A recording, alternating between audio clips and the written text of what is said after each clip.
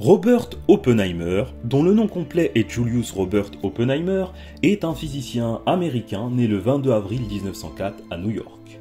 Il est le fils de Julius Oppenheimer, un riche importateur de textiles allemand, qui émigra aux États-Unis en 1888, et de Ella Friedman, une peintre accomplie et collectionneuse d'œuvres d'art. Robert vit dans un environnement familial très stimulant intellectuellement et où les enfants sont particulièrement choyés. Il se passionne très tôt pour la littérature et les minéraux. Il est d'ailleurs si passionné de minéralogie et d'une telle précocité qu'il sera un jour invité à s'exprimer devant un parterre d'experts alors qu'il est encore enfant. Mais malgré ses aptitudes et son intelligence, Robert est vu comme différent des autres garçons et il est considéré comme plutôt bizarre. Il paraît totalement perché, on le compare même à un retardé dans sa façon d'être. Et malheureusement, toutes ces railleries le conduiront à des moments de profonde dépression. Il se fera humilier, bizuter, au point que pendant un camp d'été, il dormira toute une nuit dans une chambre froide, nu comme un verre. Et plutôt que de se révolter ou de demander justice, il écrira à ses parents qu'il était très content d'être venu dans ce camp parce que les autres garçons lui enseignaient les faits de la vie. Malgré ce passage glauque de son existence, il aura tout de même une scolarité plus ou moins normale et terminera ses études secondaires à l'âge de 17 ans. Son cursus universitaire débute à Harvard, où il étudie aussi bien les matières littéraires que la chimie et la physique. Et il faut dire que son approche de la physique est plutôt singulière, puisqu'il fait sa petite cuisine un peu comme il veut et se concentre sur les sujets qui l'intéressent le plus. Et généralement, ce sont des concepts très abstraits. Et ça ne le dérange absolument pas que de faire l'impasse sur les bases, par exemple. Au point que bien des années plus tard, en 1965, il dira qu'il n'a jamais été totalement à l'aise et pas non plus certain de ses connaissances. Bon, c'est Oppenheimer qui dit ça. Malgré ça, il obtient son diplôme avec un an d'avance en 1925 et fut l'un des 30 étudiants sélectionnés pour devenir membre de la célèbre Phi Beta Kappa, la plus ancienne société honorifique universitaire des États-Unis. Il continuera ses études en Angleterre, à Cambridge, où il se familiarisera avec la physique quantique auprès de scientifiques de renom et se rendra compte à ce moment à quel point l'Europe est en avance dans ce domaine par rapport aux États-Unis. Au passage, il se distinguera par un autre épisode dépressif et un truc un peu chelou quand même, puisqu'il tentera d'étrangler un de ses amis et essaiera d'empoisonner son tuteur à l'aide de produits chimiques trouvés dans un laboratoire. On lui impose après ça de consulter un psychiatre qui lui diagnostique une démence précoce et qualifie son cas de totalement désespéré. Bon, il réussira quand même à rebondir et reprendre ses esprits lorsqu'il se rendra à Göttingen en Allemagne pour poursuivre son parcours.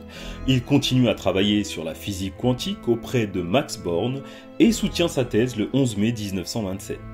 Celui qui se disait n'être pas certain de ses connaissances se distinguera comme à son habitude lors de cette soutenance. Le professeur qui présidait la session, et qui n'était autre que James Franck, alors prix Nobel de l'époque, dira « Je suis content que ce soit fini ». Il était sur le point de m'interroger. À ce stade, Oppenheimer aura publié pas moins de 9 articles scientifiques. Une production incroyable pour un étudiant diplômé de 23 ans. Robert Oppenheimer retournera quelque temps plus tard aux États-Unis avec dans ses bagages de sérieux arguments en physique et notamment en physique quantique. Avec un CV fort de ses coopérations et de ses publications passées, Oppenheimer s'impose comme un physicien américain de premier plan. Il reçoit plusieurs offres d'emploi d'universités américaines et décide d'accepter celle de Berkeley. Pendant près d'une décennie, Oppenheimer collectionne les publications scientifiques écrites ou coécrites sur des thèmes ayant trait à la physique quantique. Il s'intéressera au passage à l'astrophysique et sera le premier à expliquer sur la base de la relativité générale ce qui n'était encore qu'un concept mathématique, à savoir l'existence des trous noirs. Toutefois, il ne s'attardera guère sur ce problème, un autre hautement plus important concentre l'attention de la planète tout entière. C'est la Seconde Guerre mondiale. Et si on considère la Première Guerre mondiale comme une guerre de chimistes, la Seconde Guerre mondiale est assurément la guerre des physiciens. En effet, de nombreuses avancées dans le domaine de la physique ont lieu durant cette période.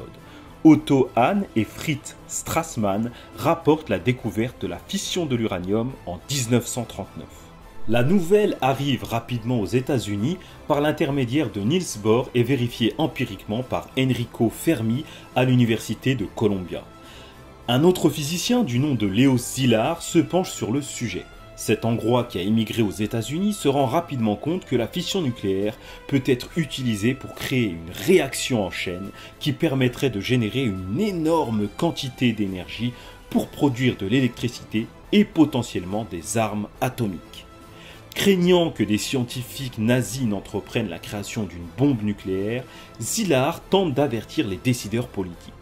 Pour cela, il rentrera en contact avec Albert Einstein et ils rédigeront ensemble la célèbre lettre Einstein-Szilard à destination du président américain Franklin Delano Roosevelt. Cette lettre est considérée comme l'élément déclencheur du projet Manhattan. Le projet Manhattan est le nom de code du programme américain sur la bombe atomique. Il est dirigé par le lieutenant-général Leslie Richard Groves.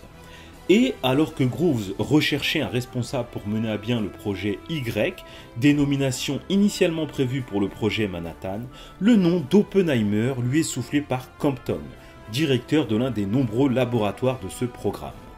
Compton a eu de nombreux échanges avec Oppenheimer sur le sujet. Il sait qu'il mène des recherches sur les neutrons rapides à l'université de Berkeley et il le voit bien endosser le costume. Ce sera chose faite puisque Robert Oppenheimer acceptera la fonction et c'est sur sa suggestion que le projet Y mènera ses recherches au Nouveau-Mexique dans les environs d'Albuquerque et plus précisément sur le site devenu célèbre de Los Alamos.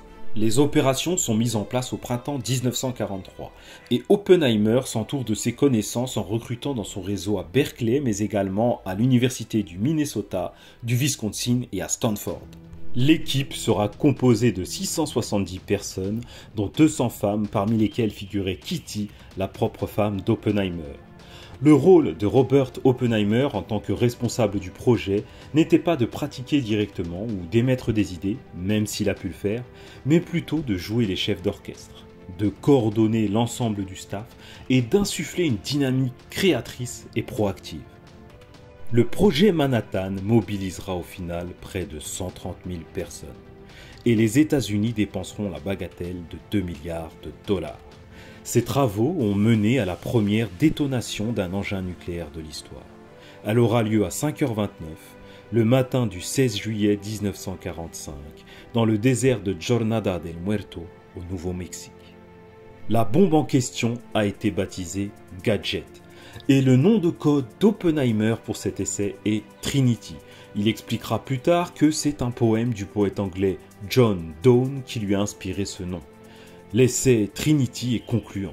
Gadget, cette bombe aux 5 kg de plutonium, vient de générer une explosion équivalente à 22 tonnes de TNT et générer une onde de choc ressentie à près de 150 km. We knew the world would not be the same. Few people laughed. Few people cried. Most people were silent. I remembered the line from the Hindu scripture, the Bhagavad Gita. Vishnu is trying to persuade the prince that he should do his duty, and to impress him takes on his multi-armed form and says, "Now I am become death, the destroyer of worlds." I suppose we all thought that, one way or another. Mais cet essai n'était rien en regard de ce qui allait se passer environ un mois plus tard. Le 6 août 1945, les États-Unis lanceront une bombe nucléaire nommée Little Boy sur la ville japonaise d'Hiroshima. Elle sera suivie 3 jours plus tard par la jumelle de Gadget, appelée Fat Man, qui explosera sur Nagasaki. À elles deux, ces bombes atomiques ont généré entre 120 et 220 000 morts d'après les estimations, sans compter les victimes de maladies consécutives aux radiations.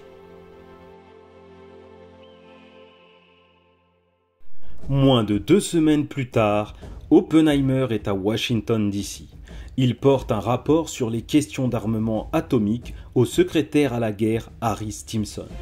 Il y aborde les développements futurs des armes atomiques, ainsi que la conséquence de l'existence de telles armes sur la guerre, prédisant que ces armes atomiques rendent les futures guerres impossibles. Il recommande de mettre en œuvre tous les efforts possibles à l'échelle internationale pour y arriver. Oppenheimer sera également reçu en audience avec Harry Truman le 25 octobre 1945. Il lui déclare alors qu'il regrette d'avoir développé la bombe et qu'il a du sang sur les mains. Ce commentaire a exaspéré le président, qui s'est levé pour signaler que la réunion était terminée. Il aurait dit ensuite « Je ne veux plus jamais revoir dans ce bureau ce fils de... » Cela n'empêchera pas Oppenheimer de recevoir la médaille du mérite des mains de ce même président quelques temps plus tard. Après ses succès en tant que directeur scientifique à Los Alamos, Oppenheimer reprend un poste similaire dans la société civile à Princeton. Et le moins que l'on puisse dire, c'est que sa consécration n'aura pas vraiment duré longtemps, puisqu'il sera rattrapé par ses incohérences communistes connues de longue date. En effet, Oppenheimer a des idées plutôt ancrées à gauche et il entretient des relations avec des membres du Parti communiste américain.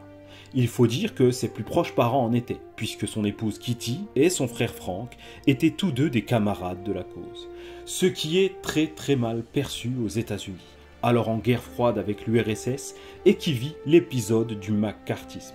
À cette période, un politicien du nom de McCarthy mène une véritable chasse aux sorcières et traque les communistes. Oppenheimer, qui a été l'objet d'une enquête du FBI et mis sur écoute, vivra un procès médiatisé en 1954 qui conclura à son bannissement et à la révocation de ses habilitations lors d'une audience de sécurité. Il vivra d'ailleurs un véritable coup de poignard à cette occasion puisqu'un de ses associés du nom d'Edward Teller l'accablera et décidera de témoigner contre lui. Toutefois, en 1963, le président John Fitzgerald Kennedy décerne à Oppenheimer le prix Enrico Fermi en signe de sa réhabilitation politique. Teller, qui avait remporté le prix l'année précédente, aurait recommandé Oppenheimer dans l'espoir de recoller les morceaux. Le prix a été décerné par le président Lyndon Johnson, successeur de Kennedy. Jackie, veuve de JFK à cette époque, s'est fait un devoir de rencontrer Oppenheimer après la cérémonie pour lui dire à quel point il était important pour son défunt mari qu'il reçoive la médaille. Robert Oppenheimer ne connaîtra pas d'autres distinctions, notamment dans son domaine de prédilection, puisqu'il sera nominé pour le prix Nobel de physique à 3 reprises, en 1945, 1951 et 1967, mais ne le remportera jamais. À ce sujet, Luis Alvarez, lauréat du Nobel de physique 1968, affirmera plus tard que si Oppenheimer avait vécu assez longtemps pour voir ses prédictions concernant les trous noirs, il aurait peut-être gagné. Il n'en sera rien, Oppenheimer, connu pour son tabagisme compulsif, développera un cancer diagnostiqué à la fin de 1965. Après une chirurgie non concluante, une radiothérapie, puis une chimiothérapie infructueuse en 1966, il tombera dans le coma et sera finalement terrassé par la maladie, chez lui, à Princeton, le 18 février 1967, à l'âge de 62 ans. Le monde retiendra de lui son esprit extraordinairement doué mais excentrique, un personnage haut en couleur, à la fois très éclectique et mystique, un pacifiste qui, ironie de l'histoire, ne ménagera pas sa peine pour mettre en œuvre l'arme la plus destructrice de tous les temps.